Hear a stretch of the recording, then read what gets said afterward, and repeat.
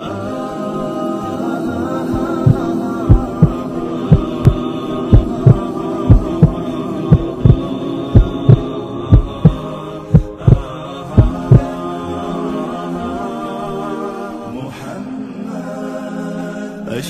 الأعراب والعجم خير من يمشي على قدمه.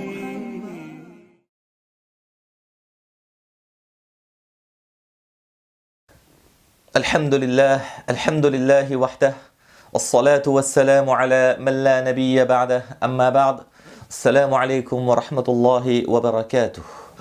On revient donc pour la sirah, la biographie du prophète d'Allah sallallahu alayhi wa sallam. Vous savez, l'exemple qu'Allah subhanahu wa ta'ala nous a envoyé, c'est Muhammad sallallahu alayhi wa sallam. Sans aucun doute, c'est l'exemple que nous devons suivre. C'est le modèle que nous avons. C'est le modèle qu'Allah subhanahu wa ta'ala lui-même nous a envoyé. Et donc, c'est le modèle que nous devons suivre pas à pas. Le prophète d'Allah sallallahu alayhi wa sallam, il a préparé beaucoup de gens. Il a fait la tarbiyah. Il a éduqué spirituellement beaucoup de personnes. Ce qu'on a appelé les sahaba, radiyallahu ta'ala anhum. Sahabi, un sahabi, c'est celui qui a vu le prophète d'Allah sallallahu alayhi wa sallam en état de iman, avec la foi, et qui est mort sur cet état de iman. Sahaba, radiyallahu ta'ala anhum. Et sahaba, c'est pas n'importe qui. Sahaba radiyallahu ta'ala anhum, ce sont les élèves directs du prophète d'Allah sallallahu alayhi wa sallam.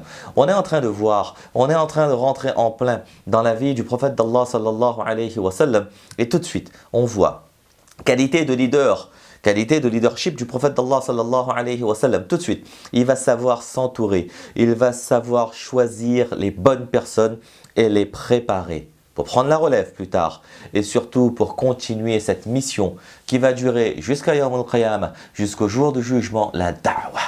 La da'wah, c'est la présentation du message, du tawhid, de l'unicité d'Allah subhanahu wa ta'ala. Et je vous le disais, lorsqu'on va étudier la vie du prophète d'Allah sallallahu alayhi wa sallam, lorsqu'on va étudier la lune, eh bien autour de la lune, autour de cette lune, scintillent beaucoup d'étoiles. Et à nous aussi de voir, de prendre exemple sur ces étoiles-là. Lorsque chacun et chacune d'entre nous, eh bien nous verrons, nous analyserons, nous étudierons la vie du prophète d'Allah sallallahu alayhi wa sallam, en même temps, nous aurons l'occasion et l'opportunité de voir et de visiter un peu la vie de Abu Bakr, la vie de Omar, la vie de Ali, la vie de Ousmane, la vie de Fatima, la vie de Khadija, la vie de Sumayya, la vie de Maymouna, la vie de Juwayriya, radiyallahu ta'ala anhum ajma'in, etc., etc., etc. Et chacune avait certes des caractères différents, mais chacun et chacune d'entre eux et d'entre elles, eh bien, sont pour nous un exemple. Et à nous de comprendre et de choisir peut-être lequel qu'on veut, et de suivre cette personne pour pouvoir atteindre Allah subhanahu wa ta'ala comme eux, ils ont atteint Allah subhanahu wa ta'ala. Comme je l'ai dit, c'est pas n'importe qui. Les sahaba radiyallahu ta'ala anhum, eh bien Allah subhanahu wa ta'ala, il a validé cela. Radiyallahu anhum wa radu an. Allah subhanahu wa ta'ala est satisfait d'eux, et eux, ils sont satisfaits d'Allah subhanahu wa ta'ala. Nous, on n'est pas sûr de la satisfaction d'Allah. On fait dua avec Allah, on invoque Allah et on fait des efforts en ce sens pour avoir la satisfaction d'Allah. Ces personnes-là, combien d'entre eux, avant même d'avoir quitté cette terre, eh bien le prophète d'Allah sallallahu alayhi wa sallam avait donné la bashara, avait donné la bonne nouvelle du paradis pour ces personnes-là. Bilal, radiyallahu ta'ala anhu, le prophète d'Allah sallallahu alayhi wa sallam dit qu'il entendait les pas de Bilal, radiyallahu ta'ala anhu, dans le paradis. Ces personnes-là, eh bien, ce sont ceux qui ont été formés directement par Rasulullah sallallahu alayhi wa sallam. Huwa alladhi ba'atha fil ummiyyin rasulan minhum. Rasul parmi eux. Yatlu alayhim ayatihi wa yuzakkihim wa yu'allimuhum al-kitaba wal hikmah. Le prophète d'Allah sallallahu alayhi wa sallam, il a formé directement. Il a fait la tazkiyatun nafs. Il a purifié les cœurs. Il leur a enseigné le Coran. Il leur a enseigné la sagesse. Il leur a enseigné tout cela. Le prophète d'Allah sallallahu alayhi wa sallam en tant que prof. Support al-Coran. Prof, Rasulullah sallallahu alayhi wa sallam. Et vous le savez autant que moi, lorsqu'on a un prof, lorsqu'on a un support, eh bien parfois il y a des périodes d'examen. Parfois, il y a des périodes d'examen. Eh bien, subhanallah, celui qui a examiné ces sahaba radiallahu ta'ala anhum, c'est Allah. Ulaika alladhina imtahana Allah qulubahum lit-taqwa. Allah subhanahu wa ta'ala lui-même, si on peut dire comme ça, eh bien il a examiné, il a pris l'examen de ces sahaba radiallahu ta'ala anhum par la taqwa, par la piété. Et puis ensuite, la récompense, la natija, le résultat de l'examen, ulaika humul rashidun, ulaika humul faizun, ulaika humul muflihun, ce sont des gens qui ont réussi. Ce sont des gens qui ont connu la réussite et l'attestation de leur réussite se trouve dans le Coran. On ne peut pas se permettre de dire que les Sahaba radiallahu ta'ala anhum, ils ont échoué dans leur mission. Sahaba radiallahu ta'ala anhum aussi sont pour nous des modèles. Et ce sont des gens qui ont réussi, qui ont été formés par Allah, qui ont eu comme support le Coran et qui ont été formés par Rasulullah sallallahu alayhi wa sallam et examinés par Allah subhanahu wa ta'ala. Et donc, depuis le début, le prophète d'Allah sallallahu alayhi wa sallam, il a formé ces gens-là. Depuis le tout début, on le voit, le prophète d'Allah sallallahu alayhi wa sallam, il a formé chaque personne. Et chaque personne qui a embrassé l'islam au tout début de l'islam est devenue une personnalité, est devenue une légende, est devenue un modèle. Radiyallahu anhum wa radu an. Une fois, Omar ibn al-Khattab, selon certaines riwayat, on voit que Omar ibn al-Khattab, radiyallahu ta'ala anhu, il se met à pleurer. Il était Amir al-Mu'minin, il était chef des croyants, il se met à pleurer. Les gens lui demandent, Ya Amir al-Mu'minin, qu'est-ce qui se passe? Pourquoi, oh chef des croyants, pourquoi est-ce que tu pleures? Est-ce qu'on a une mauvaise nouvelle? Est-ce qu'il y a une armée qui a connu une défaite? Il y a quelqu'un qui est décédé ou quelque chose? Il dit que bien l'endroit où je suis, eh bien il fut un temps. À une époque, eh bien je conduisais les animaux. J'étais berger, je conduisais les animaux, les chèvres à cet endroit-là, les moutons à cet endroit-là, et je n'arrivais pas, il s'échappait de moi. Et mon père, Al-Khattab, eh bien, il n'était pas content, il me disait que même les chèvres, tu n'arrives pas à conduire, tu n'arrives pas à contrôler. Et aujourd'hui, Allah subhanahu wa ta'ala, par la grâce de Iman, Allah subhanahu wa ta'ala, il a fait de moi le chef des croyants. Radiyallahu ta'ala anhum wa radu an. Et ces gens-là, eh bien, comme je le disais, ceux qui sont arrivés au début, se sont devenus les plus grands. Et pourquoi pas? C'est absolument logique. Ils se sont convertis lorsqu'il n'y avait aucun musulman sur terre. Ils y ont cru alors que personne n'y croyait encore. Ces gens-là, ils ont fait confiance à Rasulullah sallallahu alayhi wa sallam. Tout ce qu'on a pu voir jusqu'à maintenant, c'était des Quraysh, c'était des gens de Mecca. Mais il n'y avait pas que des gens de Mecca. Il y avait aussi d'autres personnes. C'était soit des Quraysh, soit des proches du prophète d'Allah sallallahu alayhi wa sallam, des Mécois. Et en l'occurrence, on a aussi des exemples de personnes qui n'étaient pas Mécois, mais qui ont aussi accepté le message de l'islam au tout début. Par exemple, un tout jeune, Abdullah ibn Mas'ud, radiyallahu ta'ala anhu, le faqih, celui qui sera plus tard considéré comme le spécialiste du fiqh, l'un des spécialistes du fiqh, Abdullah ibn Mas'ud, radiyallahu ta'ala anhu, lui-même, il dit qu'il est le 6e à avoir embrassé l'islam. Il n'était pas Quraysh, il n'était pas parmi les Qurayshis, il était un esclave et il faisait partie, excusez-moi de l'expression, de la basse classe de l'époque. Une fois, le prophète d'Allah sallallahu alayhi wa sallam, il était avec Abu Bakr. Abu Bakr radiyallahu ta'ala anhu, et il marchait dans une des vallées de Mecca. Il marchait dans un endroit en dehors de Mecca.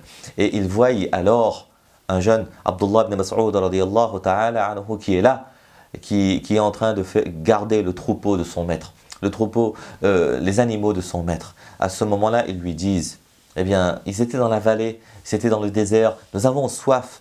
Est-ce qu'il y a possibilité, est-ce qu'on pourrait prendre un peu de lait de tes chèvres? Il demande à Abdullah ibn Mas'ud, serait-il possible de prendre un peu de lait de tes chèvres, les chèvres que tu es en train de garder? Abdullah ibn Mas'ud, il répond, désolé, elles ne sont pas à moi. Ces animaux ne sont pas à moi. Abdullah ibn Mas'ud, il est en train de garder les animaux de quelqu'un d'autre pour quelque argent. Et à ce moment-là, il dit, désolé, c'est pas à moi. Les animaux aussi ne sont pas à moi. Le lait de ces animaux aussi n'est pas à moi. Voyez l'honnêteté et l'intégrité. L'honnêteté et l'intégrité qui ressort de ce personnage qui était encore enfant. Le prophète d'Allah sallallahu alayhi wa sallam, tout de suite il cerne la personnalité. Tout de suite il cerne la personnalité, et je vous ai dit que l'une des qualités d'un leader, d'un véritable leader, c'est de cerner les qualités et de savoir s'entourer. Le prophète d'Allah sallallahu alayhi wa sallam, à ce moment-là, il lui dit, eh bien, si nous essayons de traire une de tes vieilles brebis qui ne donne plus de lait, ok, les animaux, les chèvres, etc., ça donne du lait, c'est pas à toi. Mais il y a des brebis qui donnent plus de lait. Est-ce que nous, on peut essayer de les traire? À ce moment-là, Abdullah ibn Mas'ud, il les regarde, il dit, mais étonné par la demande, et il leur dit, mais essayez si vous voulez. Mais elles sont trop vieilles pour ça, ça donne plus de lait, c'est fini, leur époque est terminée. Et si vous voulez, vous essayez. À ce moment-là, le prophète d'Allah sallallahu alayhi wa sallam, il demande dua wa baraka, bismillahir rahmanir rahim, et il commence à traire. Et la vieille brebis commence à donner du lait. La vieille brebis qui théoriquement ne donne plus de lait, eh bien ça commence à donner du lait. Un miracle devant Abdullah ibn Mas'ud radiyallahu ta'ala. Celui-ci regarde. Les détails de l'histoire ne nous ont pas été donnés dans tous les livres. Il regarde et il est impressionné. Sûrement qu'il aura questionné le prophète d'Allah, Abu Bakr, qu'est-ce qui se passe? C'est quoi votre histoire? Comment est-ce que vous avez fait ça, etc. Et ils en ont profité pour lui faire la da'wah. Ils en ont profité pour lui faire la da'wah et il va embrasser l'islam sur le champ. Abdullah ibn Mas'ud, il va embrasser l'islam sur le champ. Et de fait, il va devenir parmi les premiers musulmans de l'islam. À tel point que lui-même, comme je vous l'ai dit, il disait que j'étais la 6e personne à avoir embrassé l'islam.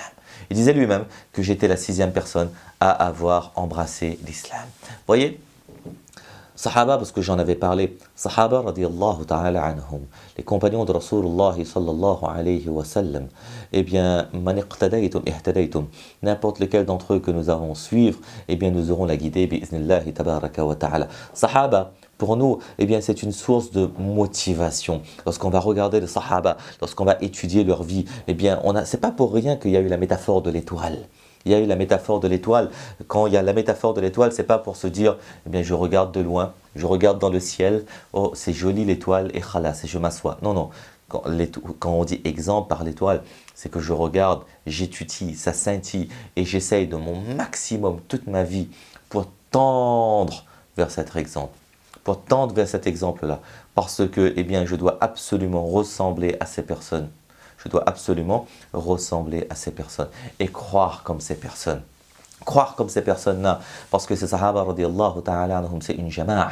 Sahaba compagnons de Rasulullah sallallahu alayhi wa sallam, ce sont ceux qui ont véritablement réussi. Les gens, eh bien, parfois ils demandaient, quoi, est-ce que nous allons croire comme ces gens, comme ces soufahan, a'udhu billah, comme ces gens qui sont bêtes, comme ces gens, comme eux là? Et justement, Allah subhanahu wa ta'ala, eh bien, il nous fait comprendre que si on ne croit pas, si on ne suit pas la trace des Sahaba, radiyallahu ta'ala, et tous les Sahaba dans leur ensemble, tous les Sahaba, parce qu'Allah subhanahu wa ta'ala, il n'a pas fait d'exception dans le Coran, radiyallahu anhum wa radu an.